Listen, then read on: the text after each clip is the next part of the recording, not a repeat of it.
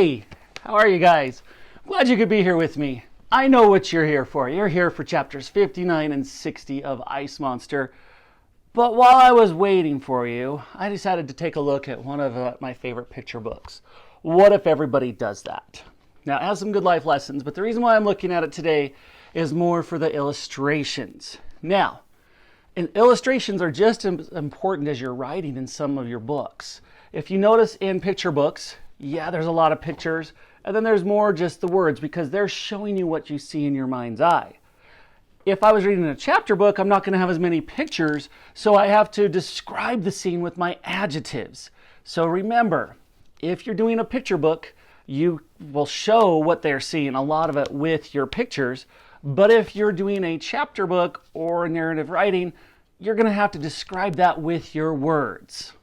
But as I mentioned earlier, I know that you're here for chapters 59 and 60 of David Walliams' Ice Monster. Let's get started. Chapter 59, A Diamond Dust of Stars. Days at sea, HMS Victory sailed round the furthest tip of Scotland and found herself alone in the deepest, darkest North Sea. Weeks passed as the ship traveled north. The sea grew rougher and rougher. Waves as tall as trees crashed over the Victory. Splish, splash, splosh. Everyone had to work together to stop the ship from sinking. Even Woolly, the mammoth, hosed up the pools of water on the deck with her trunk and sprayed them back overboard. Another night descended on the Victory, as at last they passed into calmer waters. The pensioners worked their shifts and slept in their bunks below deck. Woolly was too large to fit, so when it was time, no sleep, Elsie stayed with her. Just like at the hospital, the pair of best friends snuggled up together. "Good night, Woolly," Elsie would say. "Hoo," Woolly would reply, which is translated from Mammoth language means, "Good night, Elsie." The girl would tuck herself in under a soft fur of Woolly's belly. The mammoth would then shuffle her legs together to protect her friend from the cold. Woolly made the softest, comfiest bed, and at night, as they lay together, Elsie felt that she was home. Looking up, she could see the diamond dust of stars in the sky. Everything seemed so perfect. It couldn't last, and it didn't. Chapter 60, Ships Ahoy. "Ships ahoy!" came a cry one morning from the crow's nest of the Victory. All the old sailors scrambled to the stern of the ship. They were jostled, eager to glimpse what their comrade at the top of the mast had seen. The sound of footsteps had woken up Elsie and Woolly too, and they joined the line of pensioners. The admiral took out his telescope. A fleet of metal steamships stretched out across the horizon. "How many, Admiral?" asked Titch. "A dozen, I would say." "Can we outrun them?" asked Elsie. "We can darn well try." "Hurrah!" shouted the men. "Hoo!" joined in Woolly. The admiral called out his orders to make this old ship go as fast as she possibly could. HMS Victory felt as if she were taking flight as it soared across the sea. Yet, even at full speed, it was no match for the modern steamships. "They're gaining on us!" yelled Elsie. "We're going at full speed," replied the admiral. "Prepare the cannons."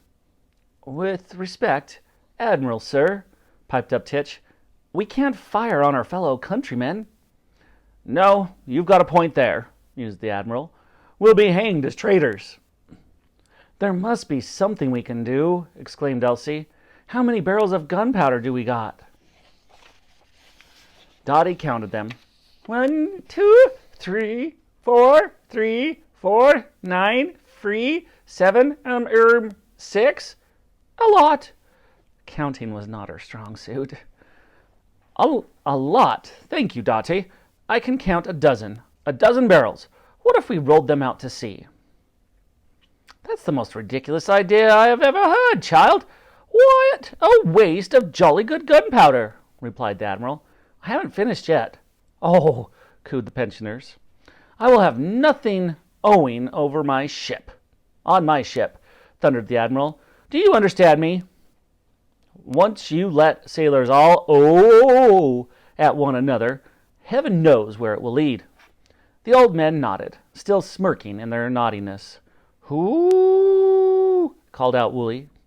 "And less of your cheek, please," said the Admiral to the Mammoth. "What I was going to say," continued Elsie, "is that we should roll out the barrels one by one. Then we wait till the ships close in. Then whoever is the best shot takes one of those muskets and shoots them." "Shooting your own gunpowder!" thundered the Admiral. "I've never heard such poppycock." "With respect, sir," began Titch timidly, "I think the girl is on to something. It will create a smoke screen." "A smoke screen?" spluttered the Admiral. "Yes. Then we will have a chance of losing the ships."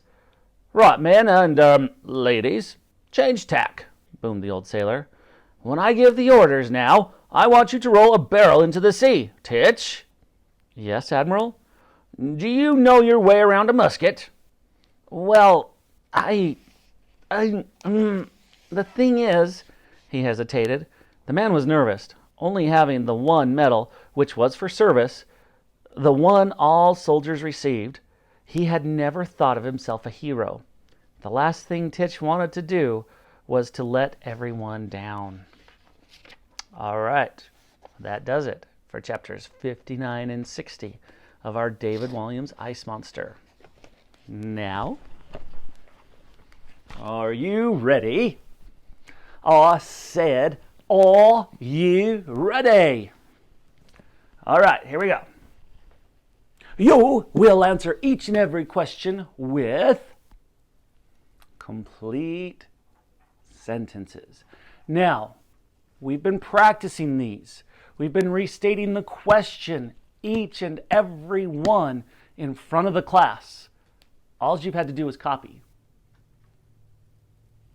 Did you copy? If you did, you got them all correct and didn't have to do it on your own. If you didn't, well, then you didn't get all your points, right? So make sure you do it on every one. No one-word answers, no incomplete sentences. Restate the question, use what we're giving you the tools to do, and make sure you click submit. Have a great rest of your day, guys. Now, I'm going to take some time and look some more at some pictures so I can have an idea of how I want to illustrate my book.